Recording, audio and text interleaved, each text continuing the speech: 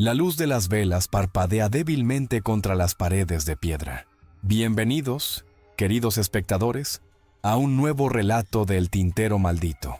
Hoy les traigo una historia que permanece susurrada entre las montañas y valles de la antigua Sierra de Espadán, en tierras valencianas. Una narración sobre codicia, sangre y el precio terrible que algunos están dispuestos a pagar por la riqueza. Corría el año 1632. España se encontraba en pleno siglo de oro, aunque para muchos era más bien un siglo de hambre y desesperación. La corona exigía cada vez más tributos, mientras que el pueblo luchaba por sobrevivir. Los campos se secaban bajo un sol inclemente. Las cosechas menguaban año tras año, y la sombra del hambre se cernía sobre las aldeas como un buitre paciente. Las guerras constantes habían drenado las arcas reales, y el peso de esta carga caía, como siempre, sobre los hombros de los más humildes. En un pequeño pueblo llamado Valderíos, enclavado en un profundo valle entre montañas escarpadas, donde el eco de los lobos resonaba en las noches frías y el viento susurraba secretos antiguos entre los pinos centenarios, vivía la familia Ríos, conocidos por su prosperidad inexplicable en tiempos tan difíciles. Los Ríos poseían la única mina productiva de la región, mientras otros buscaban desesperadamente en vetas agotadas, excavando hasta sangrar por unas pocas pepitas que apenas les permitirían comprar pan para una semana. La mina de los Ríos seguía produciendo oro, como si nunca se fuera a acabar. Sus galerías se adentraban profundamente en las entrañas de la montaña, túneles serpenteantes iluminados por antorchas cuyo humo dejaba manchas negras en los techos de roca, como cicatrices de un fuego antiguo. Don Alonso de los Ríos, el patriarca, era un hombre alto y delgado, de semblante severo, ojos hundidos y cabello entrecano que le daban un aspecto fantasmal, bajo la luz de los candiles de aceite que iluminaban su casona. Su voz, grave y autoritaria, rara vez se elevaba, pero cuando lo hacía, todos en el valle temblaban. Se decía que ni siquiera el párroco se atrevía a contradecirlo, a pesar de que don Alonso apenas pisaba la iglesia, excepto en las festividades más importantes. Su esposa, doña Isabel, siempre vestida de oscuro, con faldas pesadas que rozaban el suelo y mangas largas que ocultaban sus manos, rara vez hablaba con los aldeanos y mantenía la mirada baja cuando salía a la iglesia los domingos. Su rostro, de una belleza marchita, parecía estar perpetuamente contraído en una expresión de dolor silencioso. Los aldeanos murmuraban que nunca la habían visto sonreír, ni siquiera el día de su boda, celebrada 15 años atrás bajo un cielo inusualmente oscuro para ser mediodía. Lo que más llamaba la atención de los Ríos era su numerosa descendencia. Doña Isabel había dado a luz a 9 hijos, aunque solo 6 vivían en la casona, 4 varones y 2 niñas, todos con el mismo cabello negro azabache y los mismos ojos oscuros, como pozos sin fondo. Cuando alguien preguntaba por los otros 3, la familia respondía con evasivas, mencionando enfermedades o accidentes. El pequeño Rodrigo murió de fiebres, decían de uno. Manuel cayó por un barranco mientras cazaba, explicaban sobre otro. La pequeña María se ahogó en el río, murmuraban con la mirada perdida. Curioso era que estos infortunios siempre ocurrían cada 7 años, y siempre al hijo menor.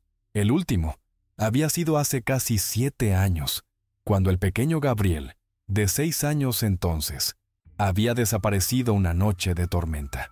Se perdió en el bosque, fue la explicación oficial. Los aldeanos organizaron partidas de búsqueda durante días, pero ni rastro del niño fue encontrado.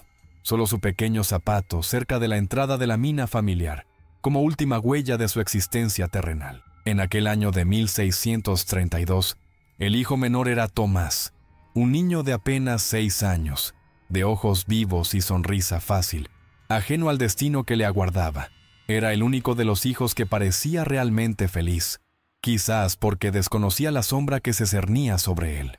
Corría por los jardines de la casona, trepaba a los árboles frutales, exploraba los recovecos del valle, siempre bajo la mirada vigilante y triste de su madre, quien a veces lloraba en silencio mientras lo observaba jugar, sabiendo que sus días estaban contados. Los otros hermanos lo miraban con una mezcla de lástima y alivio.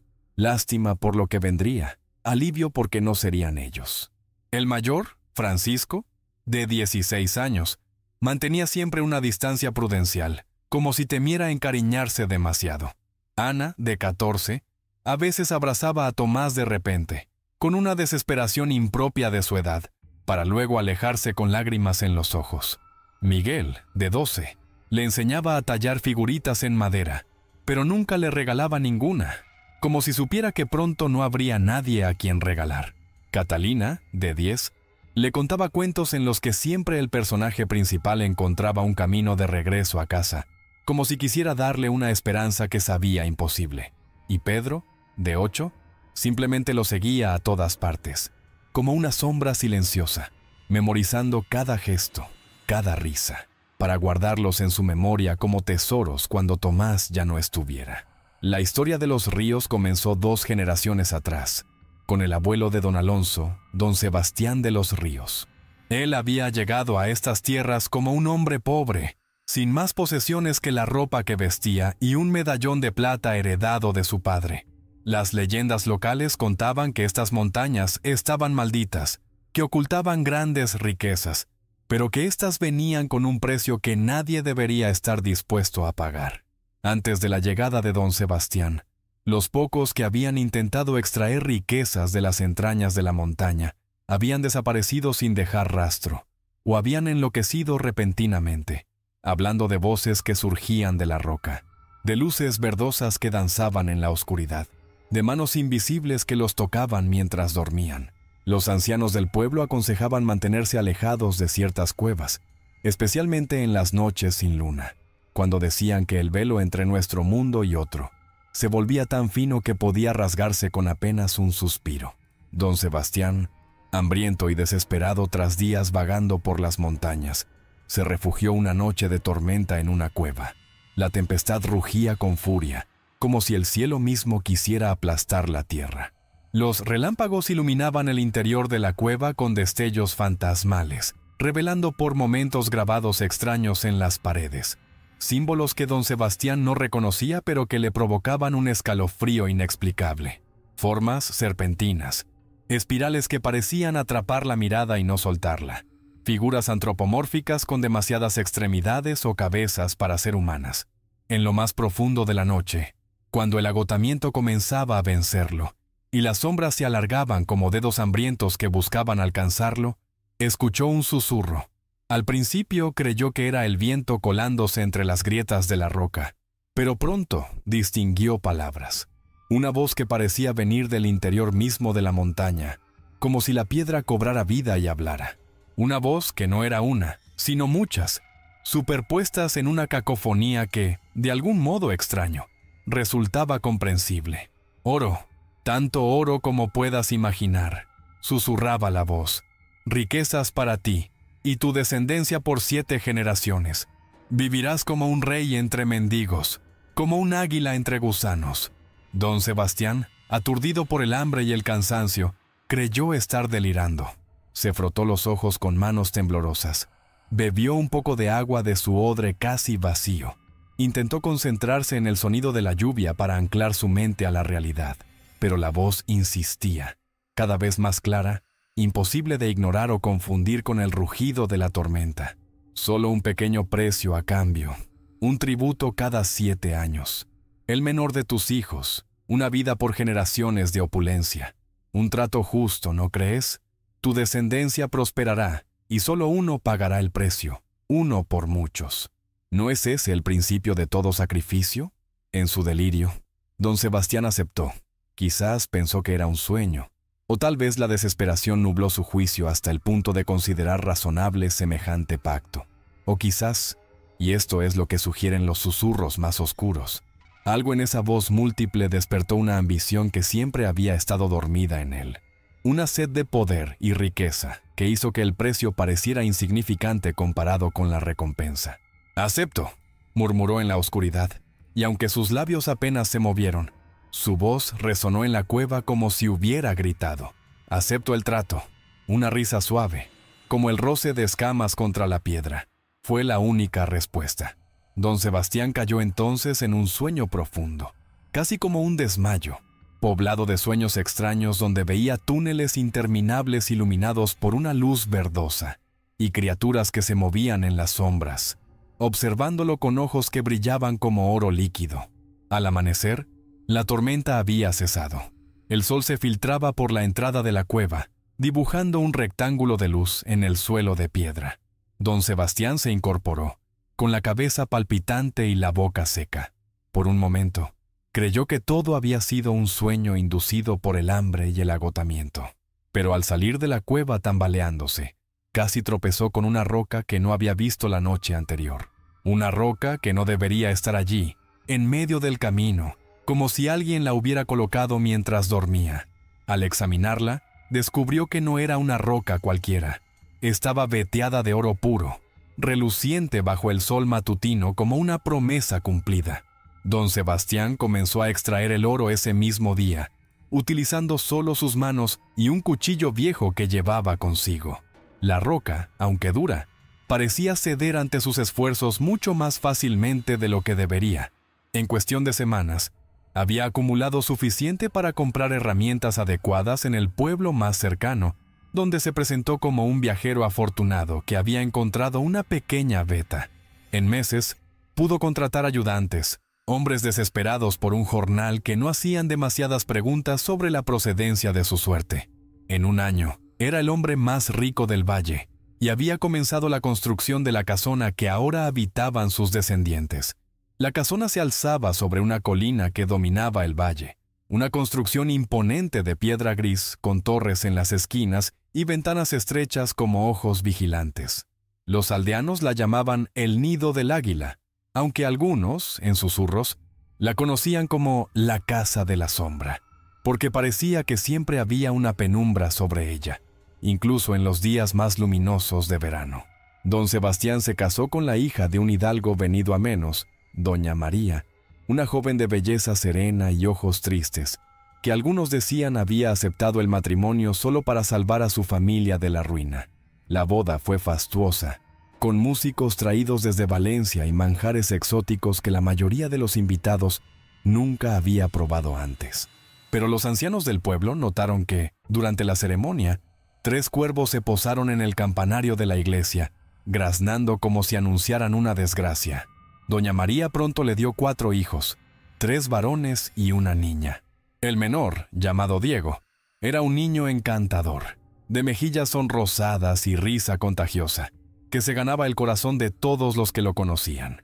Don Sebastián casi había olvidado aquel extraño pacto de la noche de tormenta, considerándolo un delirio febril de su mente hambrienta.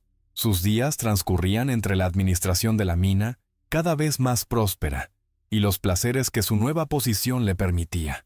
Ordenó la construcción de un molino nuevo para el pueblo, pagó la restauración de la iglesia, envió a sus hijos mayores a estudiar a Valencia. La vida era buena, el futuro brillante como el oro que seguía manando generosamente de las entrañas de la montaña, hasta que su hijo menor cumplió 6 años. Los sueños comenzaron primero, sueños donde veía a Diego adentrándose en la mina, siguiendo el resplandor de una luz verdosa que parecía llamarlo, como una madre llamaría a su hijo extraviado. En estos sueños, don Sebastián intentaba gritar, advertirle al niño del peligro, pero su voz no emitía sonido alguno. Y siempre, al final, escuchaba la voz de la montaña repitiendo una y otra vez: el tributo debe pagarse, el pacto debe cumplirse, una vida por generaciones de riqueza, un trato justo. Don Sebastián intentó ignorar los sueños, atribuyéndolos a la culpa que sentía por haber estado demasiado ocupado con sus negocios para prestar atención a su hijo menor. Comenzó a pasar más tiempo con Diego. Lo llevaba a cazar, le enseñaba a montar, incluso lo sentaba en sus rodillas durante las reuniones con los capataces de la mina, diciéndole que algún día todo aquello sería suyo. Pero los sueños persistían, cada vez más vívidos, cada vez más aterradores. Y luego, el oro de la mina comenzó a escasear. Las vetas ricas se agotaron repentinamente, como si la montaña estuviera cerrando sus entrañas. Donde antes los mineros extraían puñados de metal precioso, ahora apenas encontraban polvo. Los trabajadores comenzaron a murmurar sobre mala suerte. Algunos incluso hablaban de una maldición.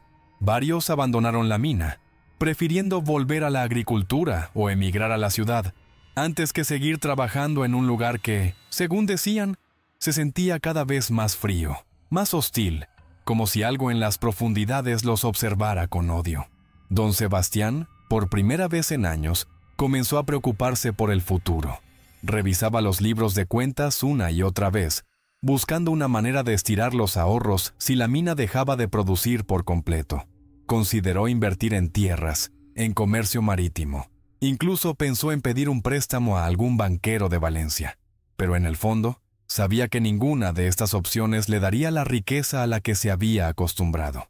Y peor aún, temía que esto fuera solo el comienzo, que la voz de la montaña no se contentaría con llevarlo a la ruina, sino que vendría por algo más. Una noche, mientras don Sebastián contemplaba preocupado los libros de cuentas a la luz de un candelabro, escuchó de nuevo aquella voz, esta vez no en sueños, sino en la habitación misma. La llama del candelabro se tornó verde por un instante, una luz antinatural que proyectó sombras grotescas en las paredes, y la voz surgió de ella, la misma voz múltiple que había escuchado años atrás en la cueva. El 7º año se acerca a su fin. El tributo debe pagarse. No puedes escapar de lo que has prometido, Sebastián de los Ríos. La sangre llama a la sangre. El oro llama al oro. Aterrorizado, don Sebastián arrojó una copa de vino sobre la llama, extinguiéndola. Pero la oscuridad solo hizo que la voz se volviera más clara, como si ya no necesitara el fuego para manifestarse, como si estuviera dentro de su propia cabeza. Tráelo a la mina, solo, en la noche del 7º aniversario de nuestro pacto, donde todo comenzó, donde la primera pepita te fue entregada. Llévalo allí y déjalo. Eso es todo lo que pedimos. O toda tu familia pagará el precio. Tu esposa, tus otros hijos, tú mismo. Todos sufriréis un destino peor que la muerte. La voz se desvaneció gradualmente, dejando tras de sí un silencio opresivo y un olor extraño, como a metal caliente y algo más, algo orgánico y putrefacto a la vez. Don Sebastián permaneció inmóvil en la oscuridad, temblando no solo de miedo sino de una terrible certeza. El pacto era real. Siempre lo había sido, y ahora exigía cumplimiento. Al día siguiente, don Sebastián recorrió la mina con creciente desesperación. Entró en galerías que no había visitado en años, examinó cada veta, ordenó nuevas excavaciones, pero el resultado fue el mismo en todas partes. La mina estaba seca. Los trabajadores, desanimados, comenzaban a buscar empleo en otros lugares. La ruina se asomaba en el horizonte como un lobo hambriento, paciente pero implacable. Esa noche le contó todo a su esposa. Doña María, horrorizada, lo abofeteó con tanta fuerza que le dejó la marca de los 5 dedos en la mejilla. Lo llamó monstruo, demonio, vendedor de almas. Gritó que jamás permitiría semejante abominación, que antes moriría ella misma que entregar a su hijo a cualquier ser que habitara en las profundidades. «Es el fruto de mis entrañas», gritó, con los ojos desorbitados por el horror y la rabia. «Lo llevé en mi vientre, lo alimenté con mi leche, lo he visto crecer, y tú lo venderías por oro. ¿Qué clase de demonio eres, Sebastián?» Empacó algunas pertenencias y tomó a Diego, que dormía ajeno a todo en su habitación, con intención de huir esa misma noche. Bajó las escaleras con el niño en brazos, envuelto en una manta, mientras don Sebastián la seguía, suplicando, diciendo que encontrarían otra manera, que juntos podrían enfrentarse a lo que fuera que habitaba en la montaña. Pero no llegó lejos. Apenas había cruzado el umbral de la casona cuando un relámpago surgió de la nada, en un cielo despejado y estrellado, y la golpeó directamente. Don Sebastián, que había corrido tras ella, vio con horror cómo su esposa caía fulminada, mientras Diego gritaba aterrorizado, milagrosamente ileso. Los sirvientes, atraídos por el estruendo, encontraron a don Sebastián de rodillas junto al cuerpo de su esposa, abrazando a Diego que lloraba desconsolado. Les dijo que había sido un accidente, que doña María había salido durante la noche para mostrarle las estrellas al niño, y que un relámpago extraviado la había alcanzado. Nadie cuestionó su historia abiertamente, pero las miradas que intercambiaron hablaban de sospechas profundas. Con el corazón destrozado y el alma consumida por el miedo, Don Sebastián comprendió que no había escapatoria. El destino, o algo más antiguo y terrible que el destino, había sellado su camino. En la noche señalada, una semana después del entierro de doña María, llevó a Diego a la mina. El niño, confiado a pesar de la reciente tragedia, caminaba junto a su padre sin sospechar nada, creyendo que era una aventura especial, un privilegio que sus hermanos no tenían. ¿Veremos dónde trabajan los mineros, papá?, preguntaba con entusiasmo infantil, mientras sostenía una pequeña lámpara de aceite que arrojaba sombras danzantes sobre las paredes rocosas. ¿Me enseñarás dónde encontraste el primer oro? Sí, hijo mío, respondió don Sebastián con voz quebrada. Te mostraré exactamente dónde comenzó todo. En lo más profundo de la mina, donde la oscuridad era casi sólida, tan espesa que parecía que se podía tocar. Don Sebastián se detuvo. Estaban en una pequeña cámara natural, con paredes irregulares donde brillaban pequeños cristales como estrellas atrapadas en la roca. Diego miró a su alrededor con curiosidad infantil, fascinado por las formas extrañas que las estalactitas proyectaban en el suelo, sin entender por qué estaban allí. Fue entonces cuando una luz verdosa comenzó a emanar de las paredes, iluminando el rostro confundido del niño. «Papá, ¿qué es esa luz? Me da miedo», dijo Diego, aferrándose a la pierna de su padre. Don Sebastián no pudo responder. Las lágrimas rodaban por sus mejillas mientras abrazaba a su hijo por última vez, respirando su aroma a jabón y a inocencia, sintiendo su corazón pequeño latir contra su pecho. Luego, con un sollozo ahogado, dio media vuelta y corrió hacia la salida, ignorando los gritos desesperados de Diego llamándolo. «¡Papá, no me dejes! ¡Hay algo aquí! ¡Papá!». Los gritos resonaron en los túneles, persiguiéndolo como fantasmas vengativos. Don Sebastián corrió sin mirar atrás, tropezando en la oscuridad, raspándose las manos contra las paredes de roca, mientras los gritos de su hijo se hacían cada vez más débiles, hasta que, de repente, se apagaron por completo, sustituidos por un silencio más aterrador que cualquier grito, un silencio sepulcral que pareció engullir la mina entera. Cuando don Sebastián regresó a la mañana siguiente con los trabajadores, no había rastro de Diego, ni un zapato, ni un jirón de ropa, ni una gota de sangre. Nada que indicara que un niño había estado allí la noche anterior. Los mineros registraron cada rincón, cada grieta, cada galería. Algunos incluso se aventuraron en pasajes que habían estado abandonados durante años. Pero fue inútil. Diego se había desvanecido como si nunca hubiera existido. Pero la mina rebosaba de oro nuevamente. Vetas ricas que parecían haber brotado de la noche a la mañana, reluciendo en las paredes como heridas doradas.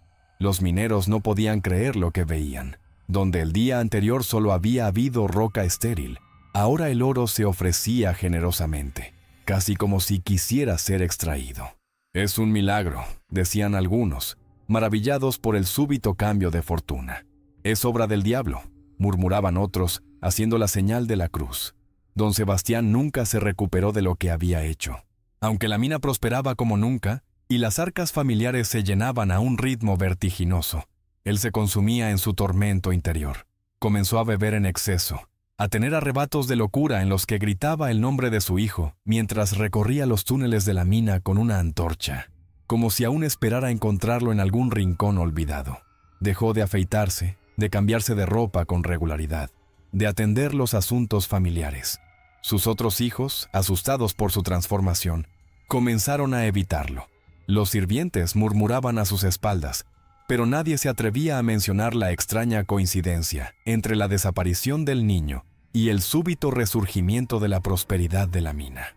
Un año después, para sorpresa de todos, doña María dio a luz a otro hijo, al que llamaron Antonio. Nadie sabía exactamente cuándo había quedado embarazada, dado que don Sebastián apenas se acercaba a su habitación en los meses previos a la desaparición de Diego.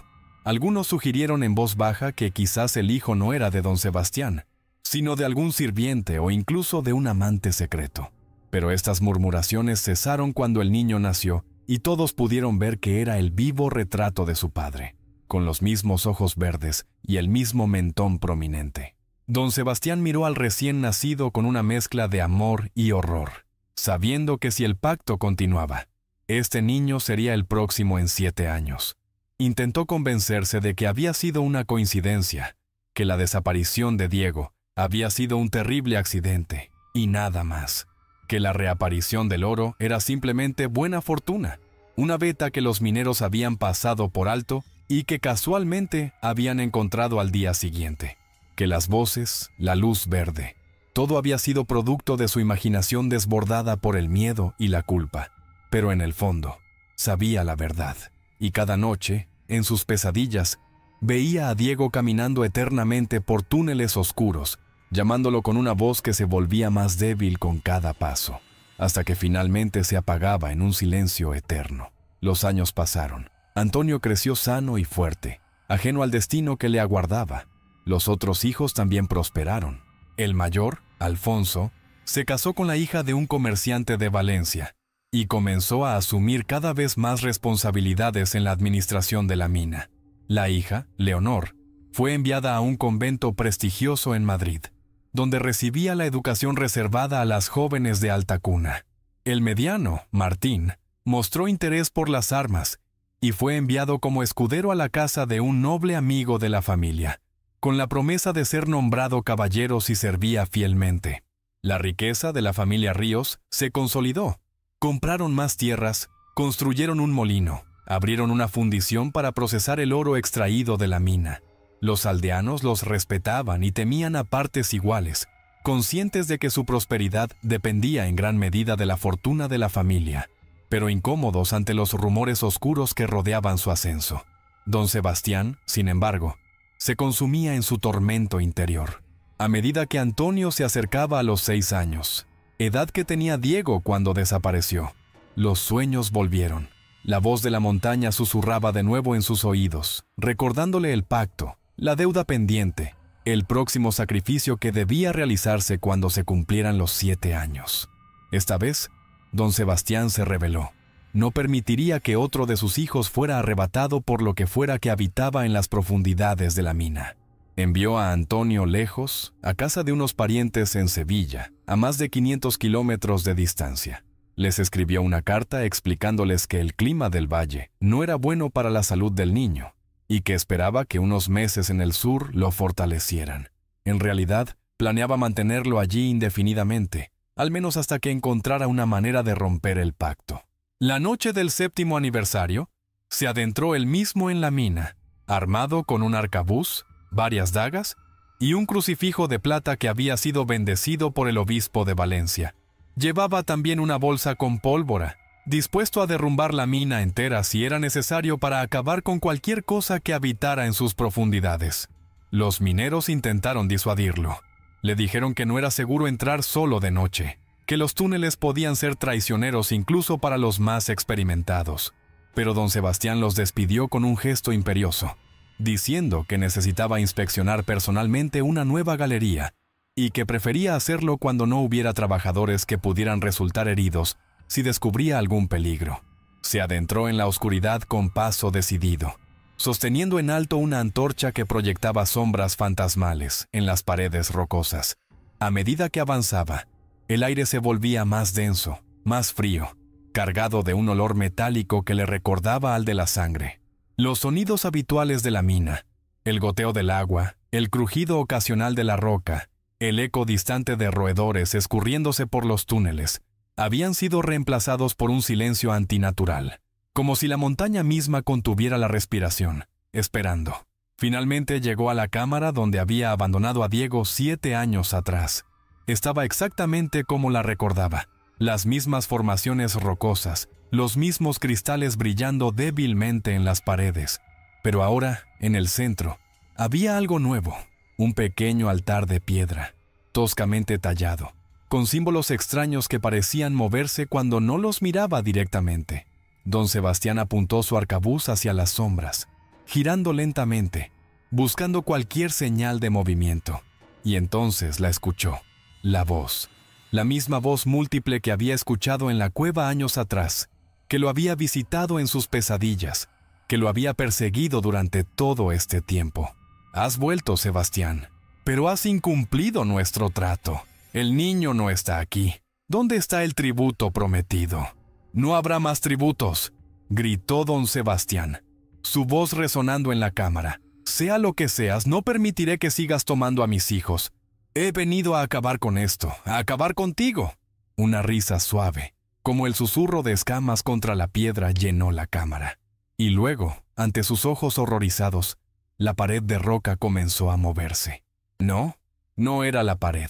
Era algo que había estado allí todo el tiempo, camuflado perfectamente contra la piedra. Algo grande, antiguo, con ojos que brillaban como oro líquido en la oscuridad. No puedes acabar con nosotros, Sebastián. Estábamos aquí mucho antes que tú, mucho antes que cualquiera de los tuyos. Estaremos aquí mucho después de que el último de vosotros sea olvidado. Somos la montaña, somos el oro que tanto codiciáis. Y ahora pagarás por tu traición. Don Sebastián disparó su arcabuz, pero la bala rebotó inofensivamente contra la criatura. Intentó correr, pero sus piernas no respondían. Estaba paralizado, incapaz de moverse mientras la criatura se acercaba, su forma cambiante e imposible de discernir claramente, como si estuviera hecha de sombras y luz al mismo tiempo. Lo último que vio antes de que la oscuridad lo engullera fue una imagen imposible. Su hijo Diego, de pie junto a la criatura, con los mismos 6 años que tenía cuando desapareció, pero con los ojos completamente negros y una sonrisa que no era suya, y junto a él, sosteniendo su mano, un niño idéntico a Antonio, como si ya lo hubieran reclamado a pesar de estar a cientos de kilómetros de distancia. No regresó jamás. Los trabajadores, preocupados por su ausencia, entraron en la mina al amanecer. Encontraron el arcabuz abandonado en uno de los túneles, y junto a él, un pequeño zapato que todos reconocieron como perteneciente a Antonio, quien supuestamente estaba a cientos de kilómetros de distancia, seguro en Sevilla. Cuando enviaron mensajeros a la ciudad andaluza, descubrieron que Antonio había desaparecido de la casa de los parientes la misma noche, sin que nadie pudiera explicar cómo. La ventana de su habitación estaba abierta, las sábanas revueltas, como si alguien lo hubiera sacado de la cama, pero no había huellas, ni signos de lucha, ni testigos que hubieran visto u oído algo inusual. El niño simplemente se había desvanecido, como una vela apagada por un soplo de viento. Y así, el pacto continuó. El hijo mayor de don Sebastián, Alfonso, heredó la mina y la terrible responsabilidad que conllevaba. Al principio, cuando le contaron lo sucedido, se negó a creerlo. Atribuyó la desaparición de su padre y de su hermano menor a accidentes, a ladrones, a cualquier explicación racional que le permitiera dormir por las noches. Pero pronto, él también comenzó a escuchar las voces, a ver la luz verdosa emanando de las paredes de la mina cuando nadie más estaba presente, a sentir una presencia antigua y paciente observándolo desde las sombras, esperando el momento adecuado para reclamar lo prometido. Intentó cerrarla, despidiendo a todos los trabajadores y sellando la entrada con enormes rocas. Pero a la mañana siguiente, la entrada estaba abierta de nuevo, las rocas apartadas por una fuerza imposible, como si la montaña misma se negara a ser abandonada. Y entonces, misteriosos accidentes comenzaron a ocurrir en la familia. Un hermano se ahogó en el río, encontrado boca abajo en aguas que apenas le llegaban a la cintura. Su hermana cayó por las escaleras de la casona y se rompió el cuello, aunque siempre había sido ágil y cuidadosa. Su esposa embarazada despertó una mañana con el vientre vacío, sin ningún signo de parto, el bebé simplemente desaparecido de su interior como si nunca hubiera existido. Alfonso comprendió que no había escapatoria. El pacto debía cumplirse, o todos pagarían un precio mucho más alto que el sacrificio de un solo niño cada 7 años. Con el corazón endurecido por el miedo y la desesperación, Alfonso aceptó su papel en el siniestro acuerdo. Tuvo varios hijos, y cada 7 años, el menor desaparecía.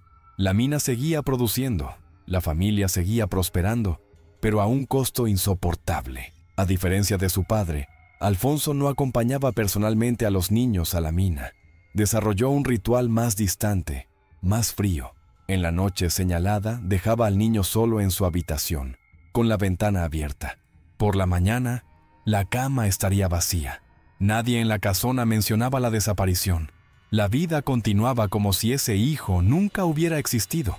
Su nombre borrado de las conversaciones, sus pertenencias quemadas, su lugar en la mesa familiar ocupado rápidamente por otro.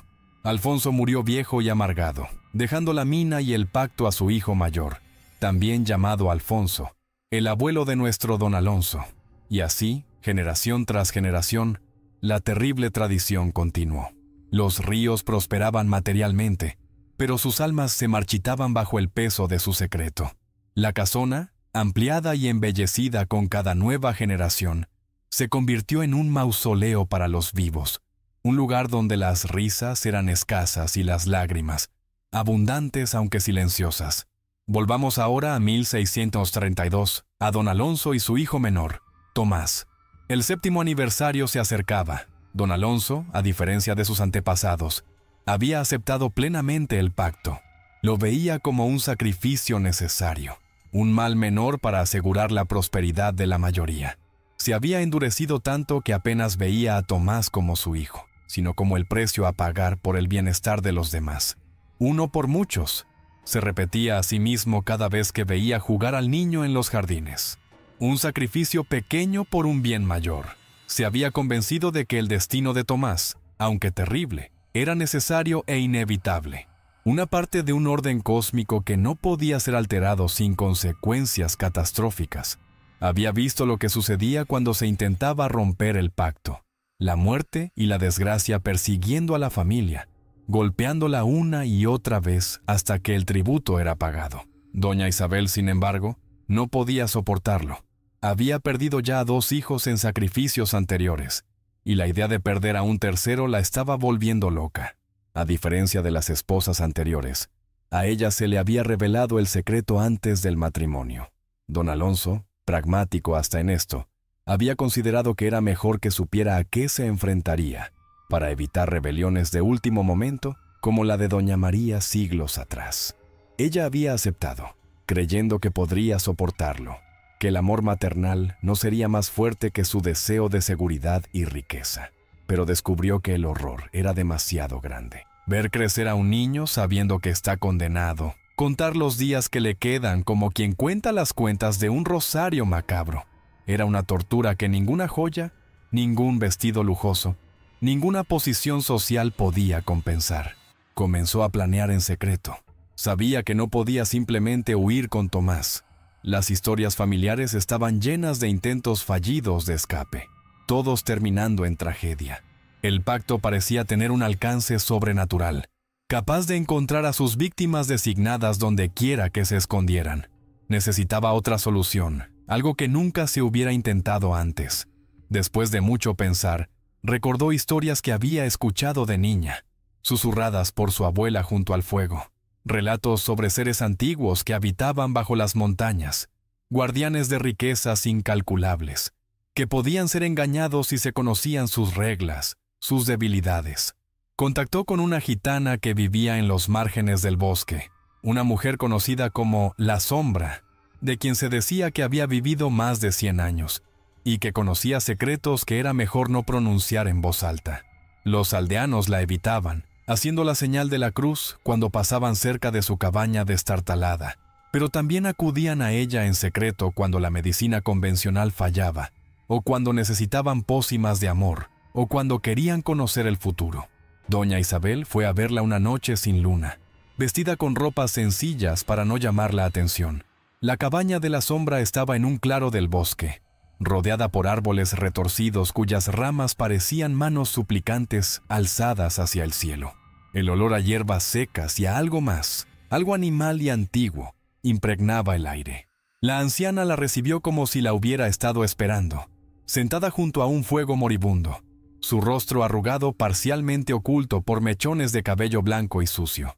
«La esposa del amo de la mina viene a ver a la vieja Sombra», dijo con voz rasposa, como si rara vez la usara. «Debe ser algo grave para que la señora se aventure tan lejos de su nido dorado». La gitana, una anciana de ojos negros como pozos sin fondo, escuchó su historia sin mostrar sorpresa alguna, como si conociera cada detalle antes de que doña Isabel lo mencionara. De vez en cuando asentía o murmuraba palabras en una lengua que la noble no reconocía. pero mayormente permaneció en silencio, observándola con aquellos ojos inquietantes que parecían ver más allá de la carne, hasta el alma misma. «Conozco a los que habitan en la montaña», dijo finalmente cuando doña Isabel terminó su relato. «Son antiguos, más antiguos que nosotros, más antiguos que esta tierra. Estaban aquí cuando los primeros hombres apenas habían aprendido a usar el fuego. Han visto imperios alzarse y caer. Han visto océanos secarse y convertirse en desiertos. No se les puede engañar fácilmente.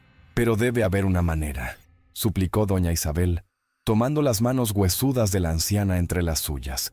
«No puedo permitir que se lleven a otro de mis hijos. Ya he perdido 2. Un tercero me mataría».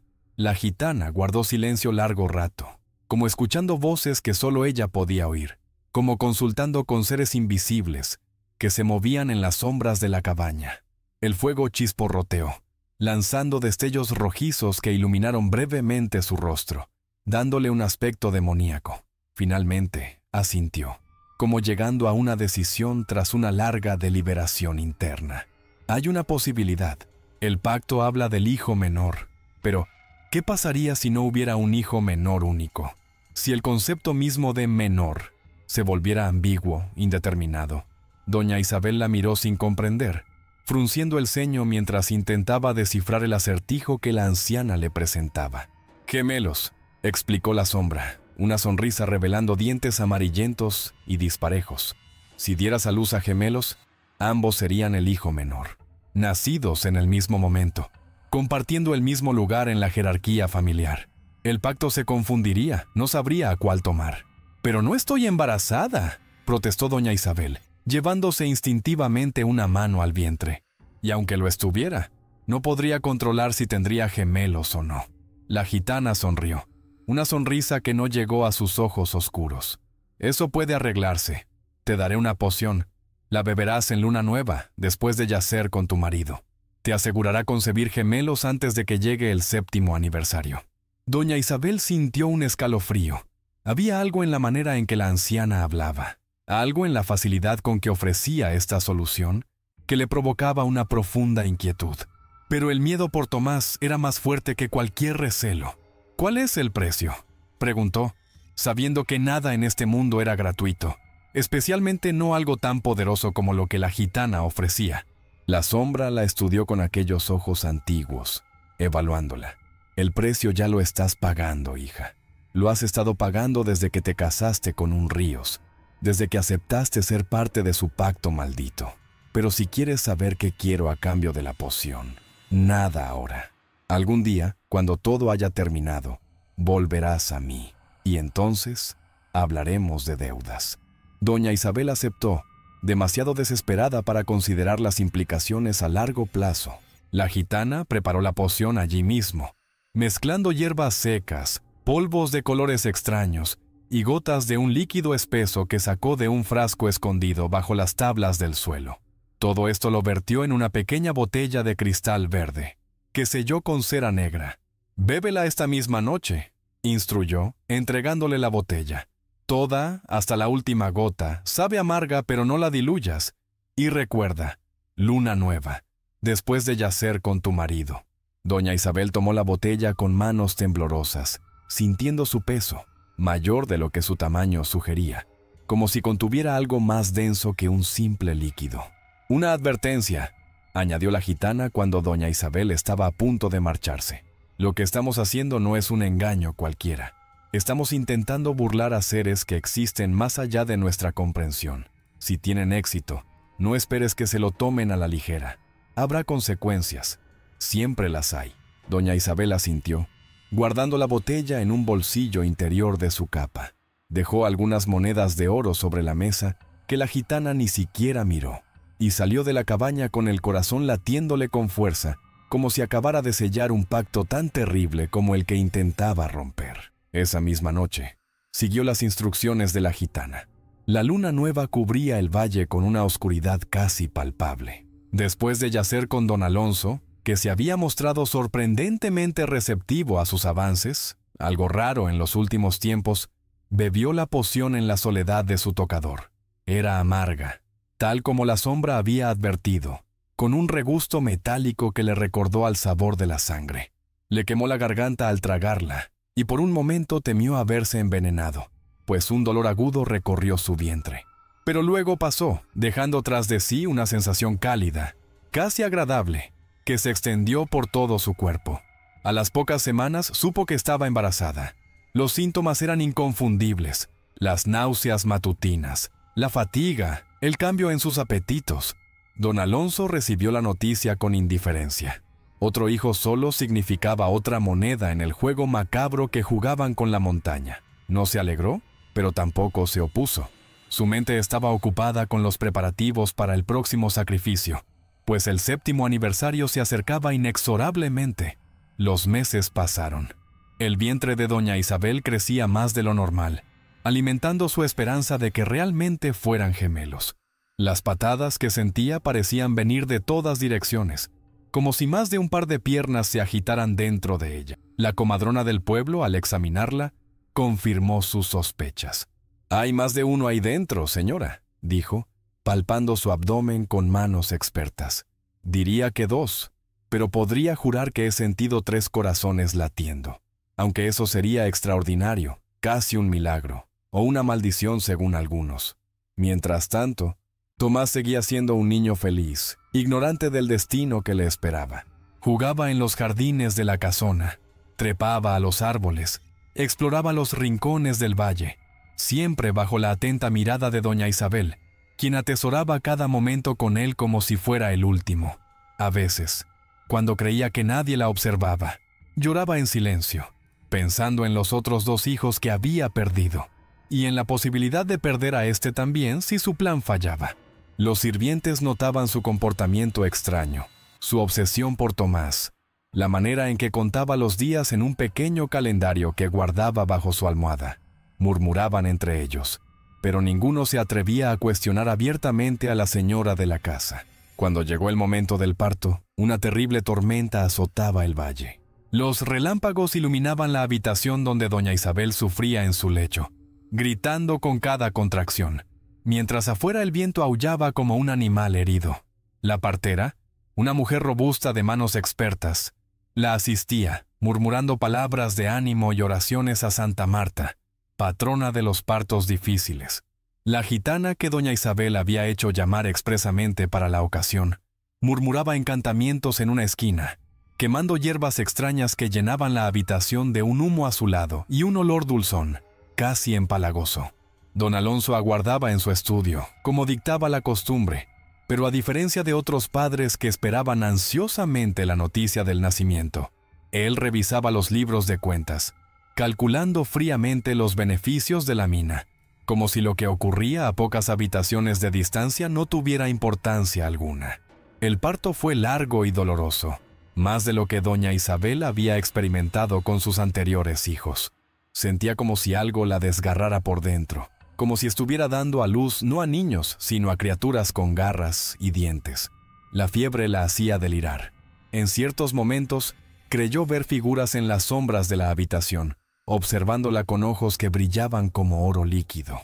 Cuando finalmente llegó a su fin, no eran 2 bebés los que habían nacido, sino 3, trillizos idénticos, 3 niños perfectos con cabello negro y ojos oscuros, que respiraban al unísono, como si compartieran un solo corazón, tan idénticos que ni siquiera la partera, que había traído al mundo a cientos de bebés, podía distinguirlos. «Es un milagro», susurró la partera, haciendo la señal de la cruz. «En todos mis años, nunca había visto algo así. Es obra de la ciencia, no de milagros», le regañó la sombra, aunque sus ojos mostraban una mezcla de orgullo y preocupación mientras examinaba a los recién nacidos. Doña Isabel, exhausta pero exultante, miró a la gitana con gratitud. Su plan había funcionado incluso mejor de lo esperado. «3», murmuró, acariciando las cabecitas de sus hijos. 3 hijos menores. El pacto no podrá decidir. La gitana no compartía su alegría. Su rostro mostraba preocupación, casi miedo, mientras observaba a los trillizos con una mirada crítica. «No es bueno», dijo en voz baja, para que solo doña Isabel pudiera oírla. «No es natural. He ido demasiado lejos. La poción debería haber producido gemelos, no 3. Algo más ha intervenido aquí, algo que no comprendo del todo. Esa misma noche, mientras la tormenta seguía rugiendo afuera, con una furia que parecía personal, como si la naturaleza misma estuviera enfurecida por lo que había ocurrido en la casona, don Alonso entró en la habitación donde doña Isabel descansaba con los trillizos. Su rostro estaba pálido, sus ojos desorbitados por el miedo, su habitual compostura completamente ausente. «Algo ha ocurrido en la mina», dijo con voz temblorosa, cerrando la puerta tras de sí y asegurándose de que nadie más pudiera escuchar. «Los trabajadores han huido, todos ellos, hasta el último hombre. Dicen que escucharon voces, cientos de voces gritando desde las profundidades, voces que no eran humanas. ¿Y la entrada? La entrada se ha derrumbado sola, como si la montaña misma la hubiera cerrado con un puño gigante». Doña Isabel sintió un escalofrío recorriendo su espalda. La gitana, que permanecía en la habitación a petición expresa de la noble, se santiguó repetidamente, murmurando palabras en aquella lengua desconocida que parecía estar hecha de sibilancias y chasquidos. «Han sido perturbados», murmuró finalmente, mirando a los trillizos con una mezcla de fascinación y terror. «He interferido con el pacto y ahora están enfurecidos. Han sentido el nacimiento de estos niños y saben lo que intentamos hacer». Como confirmando sus palabras, un relámpago especialmente violento golpeó cerca, haciendo temblar los cimientos de la casona.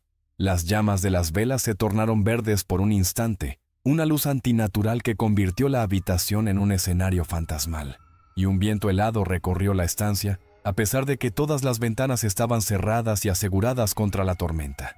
Y entonces, la voz. La misma voz que habían escuchado generaciones de ríos, surgiendo ahora de todas partes y de ninguna a la vez. Una voz múltiple, compuesta de cientos de otras, algunas agudas como el grito de un niño, otras profundas como el gruñido de una bestia, todas mezcladas en una cacofonía que, de algún modo terrible, resultaba comprensible. «El pacto atal ha sido violado, el tributo no se ha pagado, ahora reclamaremos lo que es nuestro. No solo un hijo, sino todos. No solo una generación, sino hasta la última gota de sangre ríos». El suelo comenzó a temblar bajo sus pies, como si un terremoto sacudiera específicamente la casona. Grietas aparecieron en las paredes, extendiéndose como telarañas, liberando un polvo antiguo que flotaba en el aire como niebla. Los muebles se movían solos, las pinturas caían de las paredes, los cristales de las ventanas estallaban en 1000 pedazos. Don Alonso corrió a la cama, tomando a uno de los trillizos con manos temblorosas. «Debemos pagar el tributo ahora, antes de que sea demasiado tarde. Les llevaré a uno de los recién nacidos, quizás eso los aplaque». Doña Isabel gritó, intentando proteger a sus recién nacidos con su cuerpo débil por el parto. La gitana se interpuso entre don Alonso y la cama, sorprendentemente ágil para su edad avanzada. «No funcionará. El pacto ya ha sido roto. Deben huir todos ahora, llevarse a los niños lejos de aquí, tan lejos como sea posible». Pero era demasiado tarde. El temblor se intensificó, haciendo caer pedazos del techo. Una viga de madera se desplomó a pocos centímetros de la cama, levantando una nube de polvo y astillas. El suelo del dormitorio se agrietó, abriéndose como una boca hambrienta. Un olor a azufre invadió la habitación, mientras una luz verdosa surgía de la grieta. La misma luz que generaciones de ríos habían visto en la mina, ahora manifestándose en el corazón mismo de la casona. Don Alonso cayó de rodillas, suplicando perdón, ofreciendo no solo a un hijo, sino a todos ellos, a todos menos a su primogénito, si era necesario. Prometía cualquier cosa, juraba lealtad eterna, se ofrecía a sí mismo como sacrificio, pero la voz solo repetía: «El pacto ha sido violado, todos pagarán, la sangre llama a la sangre, el oro llama al oro». En ese momento, Tomás entró corriendo en la habitación, asustado por el temblor y los ruidos extraños. Vestía un camisón blanco, y su cabello despeinado y sus ojos llenos de sueño le daban un aspecto vulnerable que contrastaba dolorosamente con la escena caótica que encontró. Al ver la grieta en el suelo y la luz que emanaba de ella, se detuvo en seco, con los ojos muy abiertos, no de miedo sino de reconocimiento. como si estuviera viendo algo familiar, algo que había estado esperando. «Son ellos», dijo con una voz extrañamente adulta, que no parecía pertenecer a un niño de 6 años. «Los he visto en mis sueños. Me han hablado todas las noches, desde que puedo recordar». Todos en la habitación se quedaron inmóviles, mirando al niño. Incluso la grieta pareció detenerse en su expansión, como si la montaña misma estuviera escuchando. «¿Qué te han dicho, hijo?», preguntó don Alonso con una mezcla de horror y fascinación. «Me han mostrado lo que hay bajo la montaña», respondió Tomás, avanzando lentamente hacia la grieta, como hipnotizado por la luz. «Un lugar donde el oro fluye como ríos, donde criaturas que no tienen nombre en nuestra lengua duermen y sueñan. Me han enseñado secretos, canciones que no se pueden cantar con bocas humanas». «¡Aléjate de ahí, Tomás!», gritó doña Isabel, intentando levantarse de la cama, pero demasiado débil para hacerlo. Tomás la miró con una sonrisa triste, mucho más madura de lo que correspondía a sus 6 años. Una sonrisa que hablaba de conocimiento antiguo, de sabiduría dolorosa, de resignación ante lo inevitable. «Está bien, madre. Siempre he sabido que este día llegaría. Ellos me lo han mostrado en sueños, me han preparado, y ahora me dicen que puedo salvaros, que si voy con ellos voluntariamente, os dejarán en paz. A ti, a padre, a mis hermanos y hermanas, y a ellos», añadió, señalando a los trillizos con un gesto de su pequeña mano. «No», suplicó doña Isabel, lágrimas rodando por sus mejillas. «Debe haber otra manera. La gitana encontrará otra solución, ¿verdad?», preguntó, volviéndose hacia la sombra, que observaba todo con una expresión insondable. La anciana negó lentamente con la cabeza. «Lo que ha sido pactado debe cumplirse. El niño lo entiende mejor que cualquiera de nosotros. Hay sabiduría en su aceptación». Antes de que nadie pudiera detenerlo, Tomás saltó a la grieta. La luz verdosa lo envolvió por un instante, iluminando su rostro sereno, y luego se desvaneció, llevándoselo consigo. La grieta se cerró tan repentinamente como se había abierto, dejando solo una fina línea en el suelo, como único testimonio de lo ocurrido. El temblor cesó. La tormenta afuera se calmó. Un silencio sobrenatural invadió la casona, roto solo por el llanto suave de doña Isabel y el gorjeo inconsciente de los trillizos, ajenos a la tragedia que acababan de presenciar. Don Alonso, todavía de rodillas, lloraba en silencio, lágrimas que no había derramado en años, quizás décadas. Por primera vez desde que asumió la terrible responsabilidad del pacto, sentía el peso completo de lo que habían estado haciendo durante generaciones. No era simplemente un tributo, un precio a pagar por la prosperidad. Era un horror, una abominación que ninguna riqueza podía justificar. Doña Isabel abrazaba a los trillizos contra su pecho, las lágrimas rodando por sus mejillas y cayendo sobre las cabecitas de los recién nacidos, bautizándolos con sal y dolor. La gitana, en la esquina, murmuraba oraciones en una lengua olvidada, quizás intentando proteger a los supervivientes de cualquier represalia futura, o quizás pidiendo perdón por su papel en lo ocurrido. Pasaron los días. La mina permaneció cerrada, la entrada derrumbada imposible de despejar. Cada vez que los trabajadores intentaban quitar las rocas, nuevos derrumbes ocurrían, como si la montaña misma se resistiera, como si hubiera decidido que ya había dado suficiente oro a los ríos, y que ahora era tiempo de guardar sus secretos para siempre. Don Alonso, desesperado ante la perspectiva de la ruina, de perder todo por lo que generaciones de su familia habían sacrificado tanto, ordenó excavar una nueva entrada.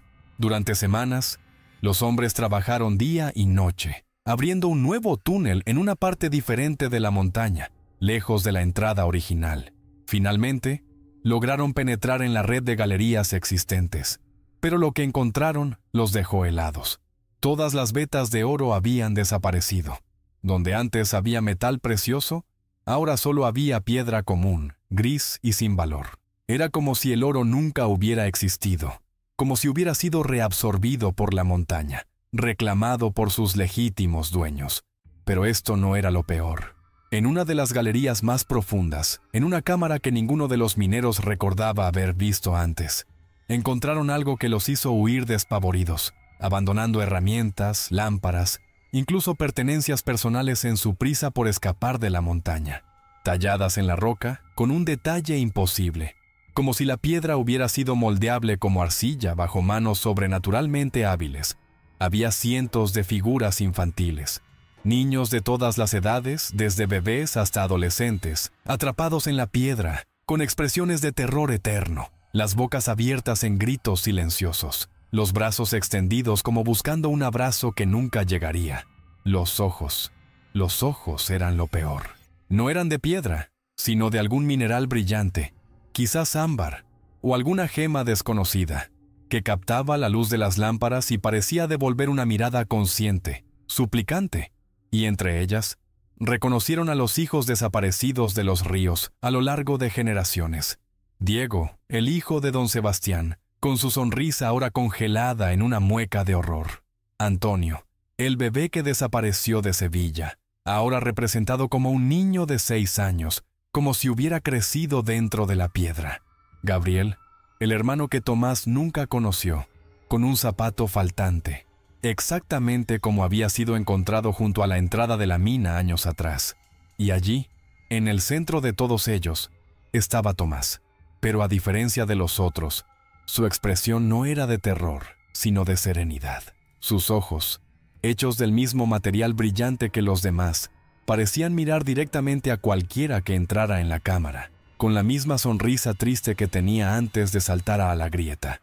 Y a sus pies, tallada en la piedra con la misma precisión sobrenatural, había una inscripción en un idioma que ninguno de los mineros podía leer, pero que de algún modo comprendían. El último sacrificio voluntario. El pacto está roto. La deuda está pagada. Don Alonso, cuando le contaron lo que habían encontrado, insistió en ver la cámara con sus propios ojos, a pesar de las advertencias de los mineros más supersticiosos. Bajó acompañado solo por el capataz más valiente, un hombre que había luchado en Flandes, y afirmaba no temer a nada en este mundo o en el otro. Al ver las figuras de piedra, al reconocer a su hijo entre ellas, don Alonso perdió completamente la razón. Corrió por las galerías gritando el nombre de Tomás, golpeando las paredes con sus puños hasta sangrar, arañando la roca como si pudiera liberar a los niños atrapados en ella. El capataz intentó calmarlo, pero era como tratar de contener una tormenta con las manos desnudas. Finalmente, tuvieron que arrastrarlo fuera de la mina a la fuerza, mientras seguía gritando y luchando, jurando que había visto moverse a las figuras, que había escuchado sus voces llamándolo, acusándolo. Esa noche, mientras don Alonso deliraba en su habitación, custodiado por sirvientes que temían que se hiciera daño a sí mismo, doña Isabel tomó una decisión. Su marido estaba perdido en su locura, la mina estaba cerrada, la fortuna familiar se desvanecía rápidamente, y 3 recién nacidos necesitaban protección. Recogió a los trillizos, algunas pertenencias y una bolsa con las pocas monedas de oro que quedaban en la casa. Luego, en mitad de la noche, abandonó la casona para siempre. Nadie sabe con certeza qué fue de ella y de los trillizos.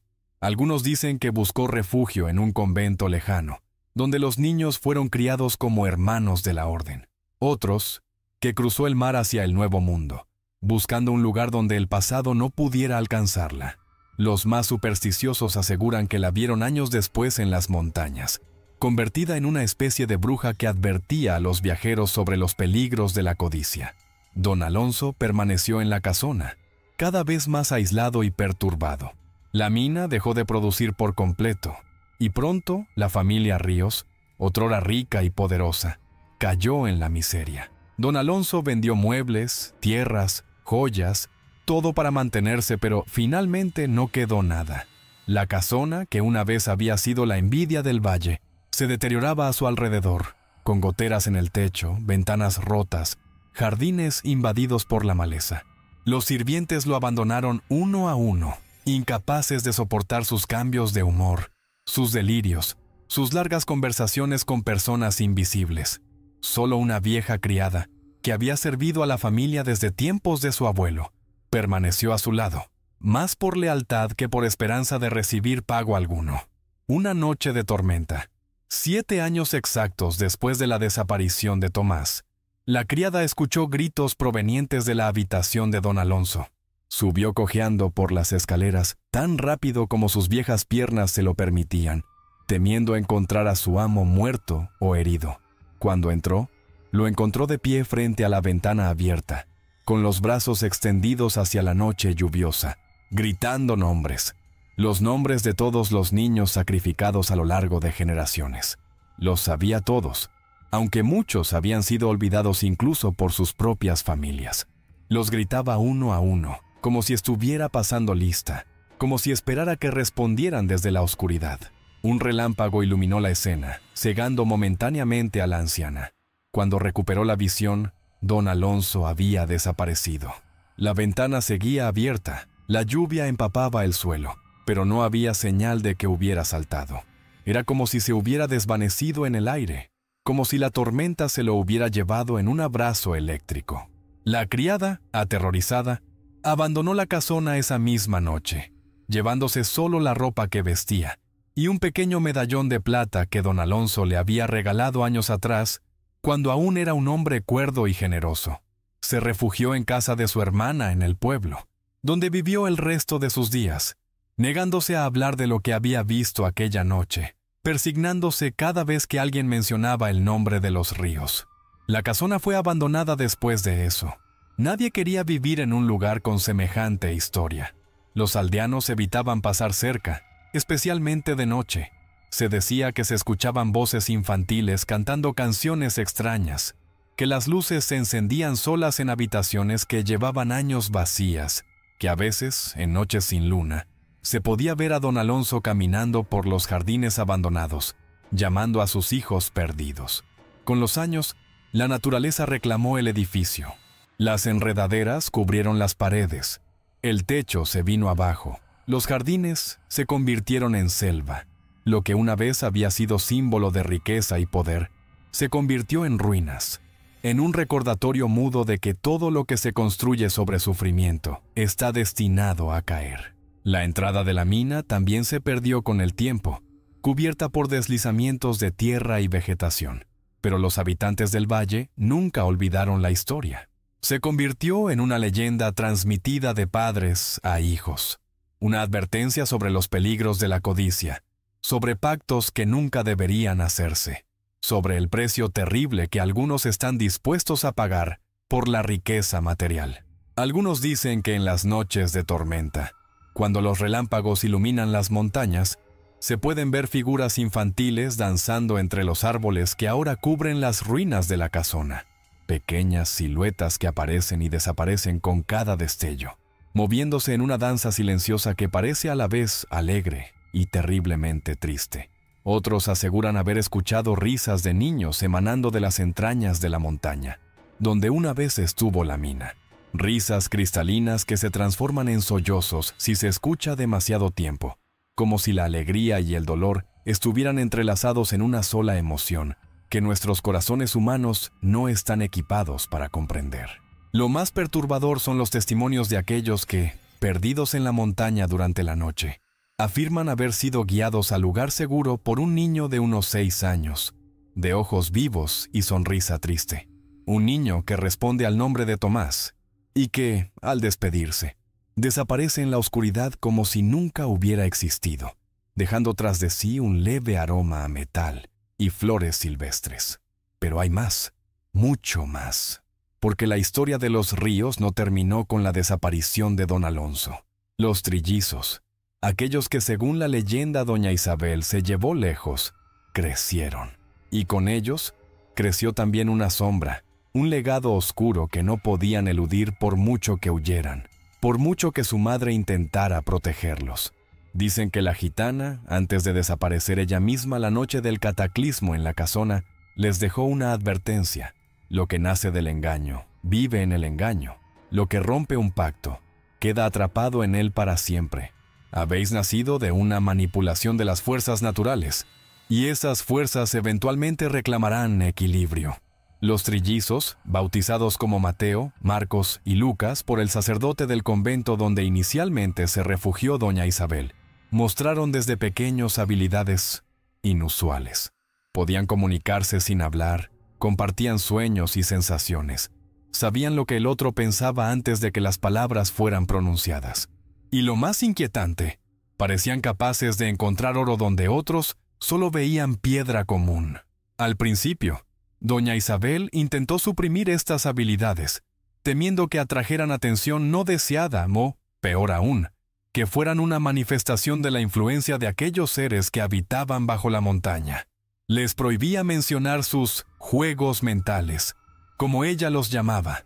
Les regañaba cuando los encontraba hablando en aquella lengua extraña que parecían haber inventado entre ellos. Les hacía prometer que nunca, bajo ninguna circunstancia, mencionarían el oro, o la mina, o la casona donde habían nacido. Pero la naturaleza no puede ser contenida indefinidamente, especialmente cuando ha sido alterada por fuerzas que van más allá de nuestra comprensión. Cuando cumplieron 13 años, la edad en que habrían sido sacrificados de seguir el pacto original, comenzaron los incidentes. El primero ocurrió durante una excursión al río. Los trillizos, ya adolescentes, pero aún con aquel aire inquietante de niños viejos, habían salido a pescar. Mateo, que se había adelantado a sus hermanos, quedó repentinamente paralizado a la orilla. Sus ojos, normalmente oscuros como los de su madre, se volvieron completamente verdes, emanando una luz similar a la que había surgido de la grieta en la casona años atrás. Marcos y Lucas sintieron el cambio inmediatamente, como si una corriente eléctrica hubiera recorrido el vínculo invisible que los unía. Corrieron hacia su hermano, encontrándolo rígido como una estatua, con aquella mirada luminosa fija en las aguas del río. Cuando lo alcanzaron, Mateo señalaba el agua con dedo tembloroso. Allí, justo bajo la superficie, brillaba un resplandor dorado. No era el reflejo del sol que se ocultaba tras las montañas en ese momento, sino algo más sólido, más real, más tentador. Los trillizos, movidos por una compulsión que no entendían, se adentraron en el río y comenzaron a excavar en el lecho. El agua estaba fría, pero no la sentían. Sus manos se movían con una precisión que no era propia de su edad ni de su experiencia, como si alguien más guiara sus movimientos. Lo que encontraron los dejó sin aliento. Pepitas de oro puro, tantas que apenas podían cargarlas todas. No eran pequeñas motas como las que a veces los buscadores encontraban tras días de paciente bateo, sino trozos del tamaño de nueces, algunos incluso más grandes. Era un hallazgo extraordinario, completamente inexplicable en un río que nunca había mostrado signos de contener oro. Regresaron a casa empapados pero exultantes, sus bolsillos pesados con el metal precioso, sus mentes llenas de planes sobre lo que harían con su recién descubierta riqueza.